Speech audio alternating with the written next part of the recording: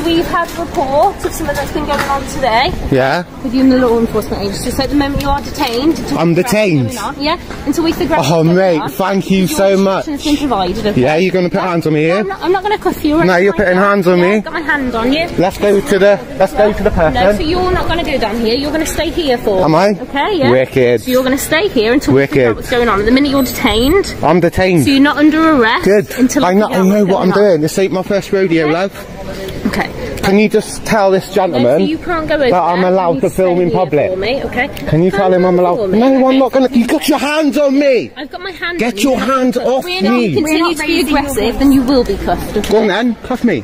Go on. At the minute, I haven't done anything. I'm trying to figure out what's going on. I'm not saying. I'm filming him in public. Okay. I'm not saying. I'm filming him in public, like this. Stay here for. My camera. Calm down. Calm down. The camera don't lie, love. I'm not saying that you've done anything wrong. Yeah, you are. You're detaining me. You're holding me in public. This officer's response is reckless from the moment she shows up. Within seconds, she detains the auditor on nothing more than vague hearsay. No clear allegation, no actual offense, just a hunch. That isn't suspicion, it's assumption. Worse, she restrains him while admitting, "I'm not saying you're doing anything wrong." Think about that. She's holding someone she knows hasn't broken the law. That's not policing, that's unlawful detention. The auditor was simply filming in public, exercising a right. Instead of assessing, questioning, or investigating, she skipped straight to control because, for her, force was easier than accountability. All these people think that I'm doing wrong, and you're holding me over something this little goon over here said. Right, calm down, okay? You don't want to be calling people names in the street, okay? Goon. I heard what you said. It's not illegal, love. I didn't say Get your hand off me. No. Yes. You are being entertained until, calm down, until I figure out what's going on. Are you okay? Ma, I walk around filming people. It's what I do. Okay, it's not weird. He can't just call you. He's called the police, and you come up to me and put your hands on me. You are detained. And detain me. Yeah. Calm down. What time did you detain me? I know. Can you identify yourself? Look, I'm in full uniform. Are you recording? Are you recording? Yeah, I'm recording. Why haven't you told me you're recording? You need to tell me at the first opportunity. No, I don't. Yes, you do. No, I don't. Should we get your things up so we can have a look at it? And this is always on. It's never the wrong camera. Mate. Okay? No, same as mine. Calm down, Paul. When the auditor asks if they are being recorded, something the officer should disclose immediately, the reply is an apology, a shrug. We don't need to. That's flat out wrong. Under Pace Code G and UK policing guidance, if an encounter is being recorded, especially during detention, the person must be told. Transparency is supposed to protect both sides. Instead, this officer not only failed to give proper ground to detention, she also withheld basic information while restraining someone who hadn't committed a crime. That's not accountability. That's concealment. I won't calm down. You're putting out like. Do I look like a criminal to you? I know you're a lovely boy. Exactly. Do I look like a criminal to you? You're not. So why are they? You're grabbing me. Listen. I'm telling you what. There's a funeral going on over here. Exactly. Right. So calm Let's down. go over here. So calm down. I've tried to come down here. You? Goon. Come on, calm down. Put me in the van. Go on. I'm not putting you in the van. I'm sitting here. No, I'm not sitting nowhere. If you just sit here, I'm not taking no directives off you. I was filming in public. That's fine. I'm a man with a camera, not a gun. No, we know. We're We're just trying to find out what's No, I'm not doing you any favour. Just sit there. I'm not doing you any favour. Calm No. down for me. Let you go. I am. Making us Listen. You're going to make negotiations with me when I've done nothing wrong. I'm not trying to negotiate with At the minute, You can't I can't figure out what's gone on because I'm dealing with you. No, don't push me. Stay there. She's pushing me. Stay there. She's pushing me. My camera's on. You're alright, you haven't done anything. Why? Stop pushing me then. All I want you to do No, stay here. You're controlling me. You're trying to give me directives. Yeah. I haven't done I'm anything. trying to figure out what's going on. Well, listen to me. Even as the auditor calmly explains himself, the officer keeps using needless force and repeats a hollow line. I'm trying to figure out what's going on, but she's not listening. So how could that be true?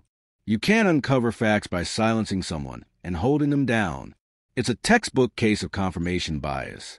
She decided he was in the wrong before he spoke, and now every word or movement only fuels her assumption. Instead of assessing fairly and communicating, she treats lawful behavior like a threat. And that's why encounters like this don't end on the street. They end in court. Yeah, but we have to speak to both parties. Listen to me. No. Okay, I know, I understand. Listen, calm down. Doing that and pointing out to him and causing more issues is going to make something Go down to the cube. Go down to the cube. Do inquiries down there. Because I'm dealing with you. I can't go and see blah, blah, I can't go and Don't put your hands on my property. Don't point that in my face. I'll point it wherever I want. Okay? Listen. Just explain what's happened. I was filming the back of the Securico van, like a G4S, like that, and he's gone up to the man and said, oh, he's filming you, and then he's like, oh, I don't give you permission to film me. I'm in public. Go and explain to him that I can film in public. Was that a reason you can? Yes, because I can. Because this is what happens when you do. No, I want to hear what you're saying. No, you're not. No. You're not going to make the situation worse. Why are you putting hands on me? Because you're trying to get involved and make the situation worse. I'm not. All I'm trying to do... I need to hear what he's saying. No, you don't. Yeah, I do. No, you don't. I'm walking down the road, filming, and you're just a goon. Listen. Now jog on. Down. Stop. Have you detained me as well? No, you are detained. Have you detained me? You detained me. I have detained you. What station are you? I'm from Pembroke Dock Station. Yeah. 719. Another Pembroke Dock Station. There you go. Yeah. Full force of your camera. I'm waiting for 720 quid off on you. Oh, why? For illegal detainment. Oh, okay. Yeah. Right. When the auditor reveals he is already set to receive £720 in compensation from the same force for a past unlawful detention, it makes this encounter look even worse. You'd think a payout would push them to act carefully and follow the law. But instead, they're repeating the same mistakes in real time. If financial penalties don't lead to better conduct, then these aren't isolated slip-ups. They are signs of a pattern. Abuse that keeps happening because the system hasn't truly been held accountable. That's what you should do. Stand out the way for me. No, you pushed me. You put hands on me. Everybody's seen it. It's all on camera, mate. Because you keep on wanting to go over there, so I'm trying to prevent you. I don't want to go nowhere near that person. As we said, it's all on our cameras as well. Yeah, and it's all on my camera. I know. Fine. I know it's all on your camera. I haven't done anything wrong, mate. Listen, I haven't said you have. So why grab my arm and make me look like a criminal in front of everybody in Tenby? Like, listen to me. It's a small town. Listen to me. I'm allowed to film. Why aren't you going over there and telling him? Listen, my colleague's over there to speak to him.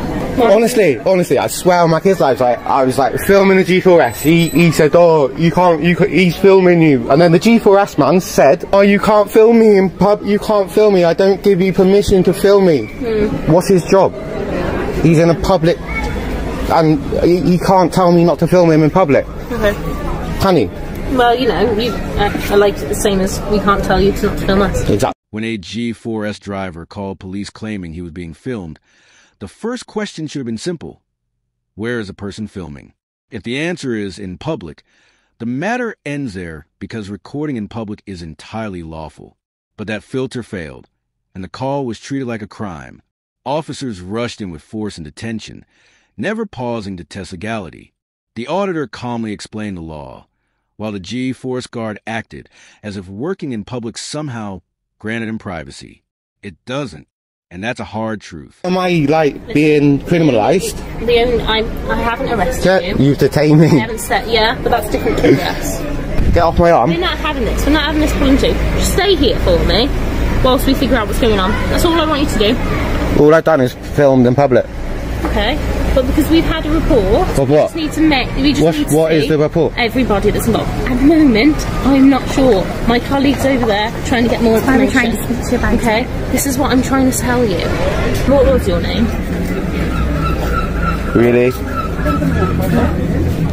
Why can't I ask you that question? Because I don't need to give you it. Okay, well, I'd like to know who you are. Why? Because I'm talking to you. Why do you need to know who I am? You've asked who I am because you're talking to me. Yeah, that's your policy, isn't it? Yeah, so I ain't got no policies. I don't work for you. I just asked you. You work for me. Okay. Sure. This moment highlights just how dismissive some officers can be of legal limits. She detained the auditor without grounds, then demands his name, not because the law requires it, but simply because he asked for hers. That isn't due process. It's tit for tat, and it's unprofessional. Her tone makes it worse. When reminded there's no legal duty to identify himself, she replies, well, I'd like to know who you are, but policing isn't about what officers want. It's about what the law allows. And here, none of the criteria for demanding ID have been met. So my colleague's just going to speak to you from the report that we've had, okay? Yeah. So at this moment in time... So at this moment in time, you're under arrest under suspicion of harassment. So you do not have to say anything, but it may harm your defence. We do not mention with one question. So you are... in court. Anything you do say may be given in evidence. Cool. Right. All right. We'll have to take the phone away. Arresting someone for harassment based on a vague complaint without any actual conduct that fits the law is reckless. The auditor was simply filming AG 4S van in public. Completely legal. No threats, no repeated targeting. Yet the officer escalated, grabbed him, and pushed for arrest. From refusing to give clear grounds, to admitting she was recording without informing him, to demanding his name only because he asked for hers. The entire approach was petty power play, not policing. Claiming harassment was nothing more than a desperate attempt to justify force after rights had already been trampled. In the end, the auditor was awarded £563 in compensation. A small financial win, but a huge symbolic one. Proving misuse of power doesn't go unnoticed. The real cost, though, is public trust, wasted resources, and the exposure of a culture where some officers treat cameras as threats and the law as optional. This was a mistake. It was a textbook example of bad training, worse judgment, and accountability arriving only when taxpayers foot the bill. Thanks for watching. Don't forget to like, comment, and subscribe. And check out Dyslexic Auditor.